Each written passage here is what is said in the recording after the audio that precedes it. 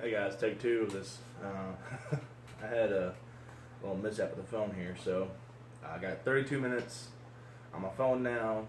So when I upload this, I'm going to delete this video so I can make more room for more videos. I'm not making this video 30 minutes, I promise. But anyways, the oils here, essential oils, and carrier oils. I've been asked before about it when I asked what you all want to know about beard care products and beard themselves, and then I also asked, hey, would you all benefit from like a 101 on this kind of thing? So this is why this video is here, because a lot of you are like, yeah, let's do it. So alright, so the two carrier oils I use the most is jojoba and sweet almond. The reason why is because both of them have what's called vitamin E in it. If you don't know what vitamin E is, great for skin. They both have that, and when you use vitamin E, one, it helps stop to produce wrinkles. Man, if you want your wife to have jojoba on hand so you can make your own oils, it removes makeup. It does a lot. It does a lot of stuff that a lot of people wouldn't actually know what to use it for. So jojoba is really up there, and a lot of people have used it on their lips. It's a hair moisturizer, and I know y'all like, well, moisturizer, no, moisturizer versus conditioner, it's a little different. Moisturizer starts at the skin and then out. A conditioner keeps that in. So when you go and take a shower and use a moisturizer, you also have a conditioner, don't you? There's two different shampoos. There's two different kinds of oils. Okay. So, anyways, but they work well together because they both got vitamin E in it. They blend well, so that's why I use this one more than I do even the coconut oil. But I do use coconut oil. It is really a great conditioner. But I just use this one more often. So, there are other minerals in jojoba that help with skincare, but vitamin E is probably the biggest one you want to know about, really. So when you mix these two together, you can get a whole lot of vitamin E in your face, which is good. It's something you want. Okay, so moving on to the carrier oils. Well, actually, what is a carrier oil? A carrier oil is something that actually carries the essential oil to your face. Now, what that means is that they are thinner, usually, than the essential oil. That does not mean that essential oils can't be thin too, but these kinds of oils are usually carried by these because of the fact that they mix so well. Now, I have seen thinner oils like peppermint, rosemary, some of your nature smells that are way thinner than these, but I have seen oils that will take forever to get one drop out of the essential oil. Things kind of like cedarwood, sandalwood, all kinds of other ones like that. And it makes it hard to come out, but they still mix well. So as long as the carrier oil is either thicker or thinner than the oil that you're mixing it with, it will carry it. That's why it's called a carrier oil. So, some essential oils here to note. By the way, I use a pumpkin fragrance. That's different than a essential oil. A fragrance oil over essential oil, the difference is that it just smells. I use the pumpkin oil to get the pumpkin pie smell. So when I use pumpkin, I use other ingredients to get that pie smell, and then I use other ingredients to get that pumpkin spice smell. It takes a lot of practice to kind of get to where you know what you're going to mix. I always write down my ingredients that mix the best, one, and then also write down the ingredients that give me that smell I want. So at a later date, I can go ahead and achieve that again. But the thing is that fragrance oil does not really help you at all.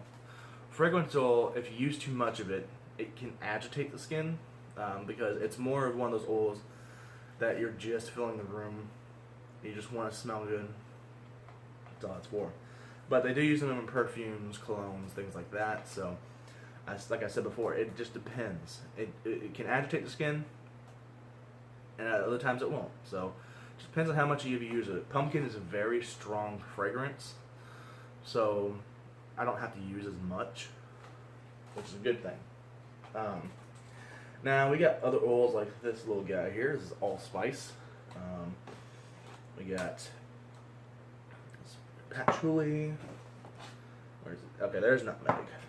All right. Now we're cooking gold. All right. This is ginger. I'll get that on here in a second.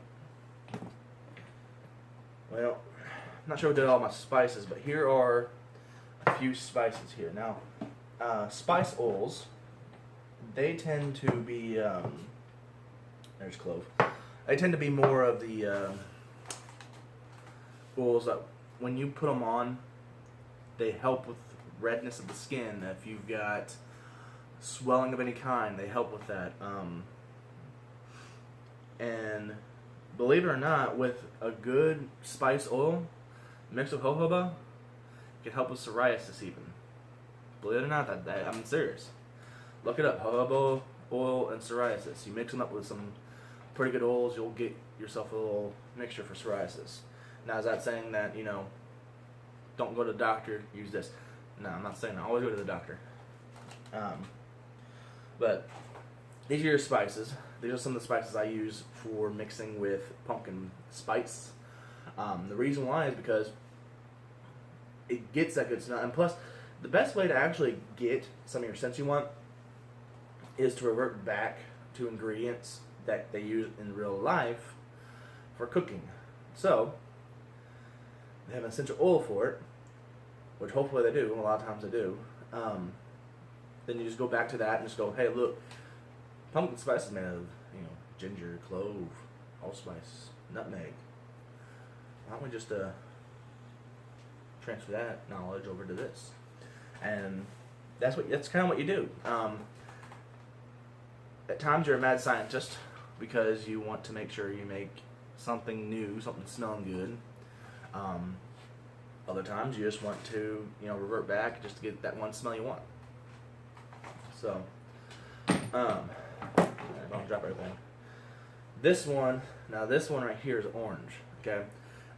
The thing about orange, okay, is that I've got tangerine in here somewhere too. But the thing about those is that they are very. There's tangerine. They are very. They're orange coming out. That's the color of them. But because of that citrus kind of smell, they are more susceptible to light, meaning that when you go outside, you can actually get your beard to burn up a little bit. Same with your skin. So what you do is that you use them as night oils, mix them with lavender, jasmine, things like that. Hence why I got like things like Citrus Garden.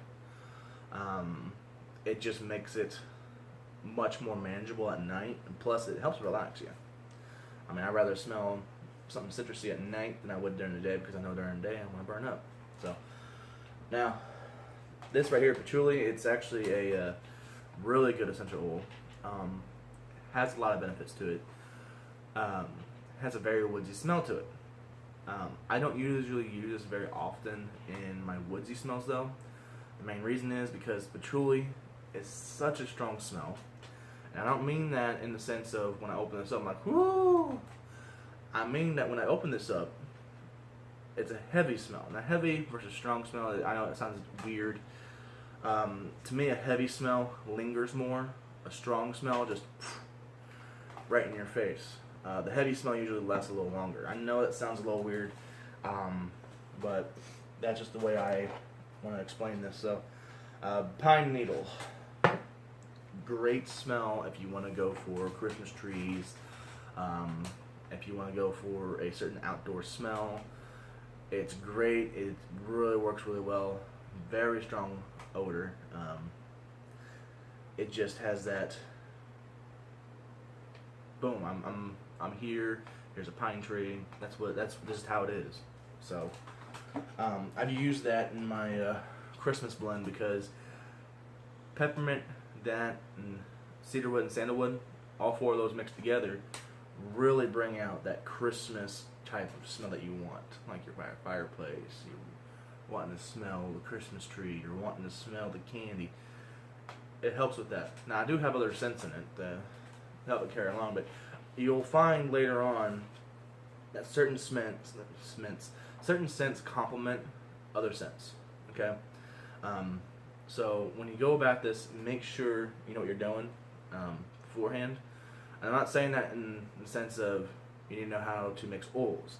What I'm saying is you need to know what you're doing by going to the oils, sitting down, figuring out what your game plan is. You want to sit down, if you want to make a Christmas tree blend, if you want to make a citrus smell, if you want to make an outdoorsy smell, or so on and so forth, sit down, make a plan. It never goes well just by eyeballing it, okay? I eyeball it most of the time right now because I know about where to start at. I know what to do now. I eyeball the drops. I don't eyeball just going, let's try that.